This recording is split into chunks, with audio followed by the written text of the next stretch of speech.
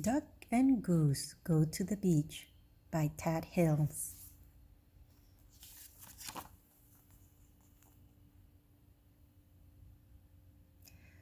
Don't you just love it here, Duck? Goose honked. The two friends relaxed in the early morning sun and listened to the hum of the meadow. Butterflies flitted and grass swift in the breeze. Yes, I do, Duck agreed. Let's never leave, said Goose. Suddenly, Duck jumped up. You just gave me the greatest idea, Goose, he quacked. Let's leave. Let's go away. What? Goose honked. Wait. Let's take a trip. Goose gulped. A trip? A trip sounds far away. I like clothes. We could go on an adventure, Duck said. An adventure? That sounds scary, Goose honked. Come on, Goose. A hike might be fun, Duck quacked. A hike? Said Goose. That sounds like a fine way to twist your ankle. Duck sighed. He gazed across the meadow, across a distant hill, and began walking. Goose followed. I will walk, but I will not hike, he grumbled. Why would anyone want to leave this meadow? Goose wondered aloud. It has everything right here, like this stump,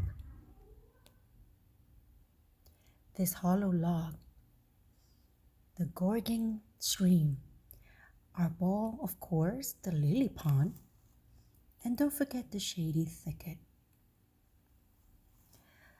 Duck and Goose floated along a stream they've never floated along before. They walked by a pile of stone they've never walked by before, and past the biggest tree they've ever seen.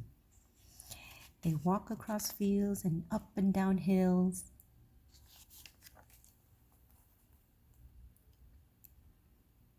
By the time Goose reached the top of the highest hill, Duck was already gazing off into the distance.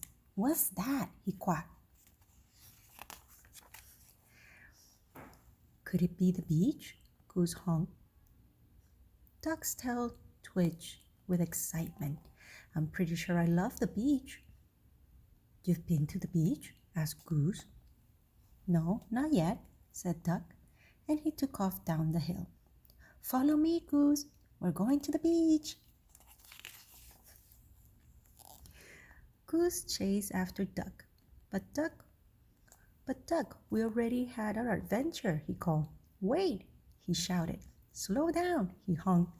But Duck did not slow down. Goose followed him through the brambles and tall grass until finally Duck stopped. I think we have arrived at the beach, said Duck. Oh my, the beach is loud, yelled Duck over the sound of the waves. I can barely hear my own quack. Goose stared at the vast stretch of sky, sand, and sea. Isn't it magnificent? He said. Oh dear, the beach has so much water, quacked Duck. I feel tiny. Have you ever seen so much sand? Honked Goose. It's getting in my feathers, and it's so hot on my feet, said Duck.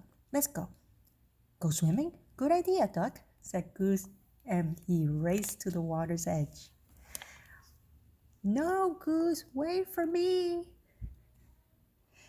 Duck dipped his hot feet in the water. Goose, you know these waves are very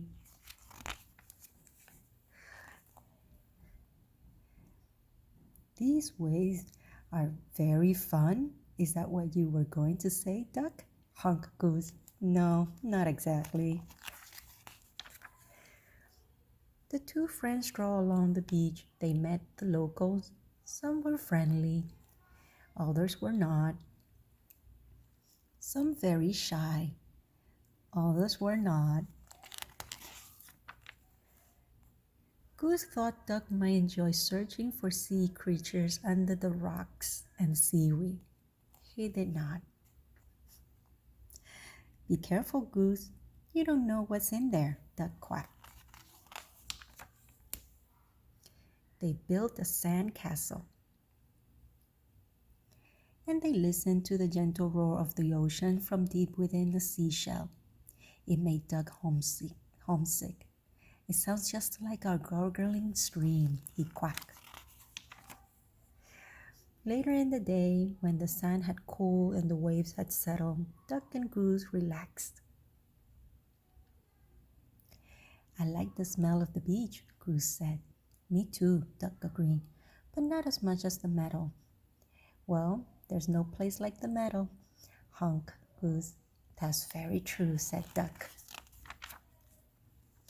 So in the late afternoon, Duck and Goose followed their long shadows home. They talked about their exciting day and about the friends they've met. They talked about the hot sand and the cool water, the noisy crashing waves, and the quiet tidal pools.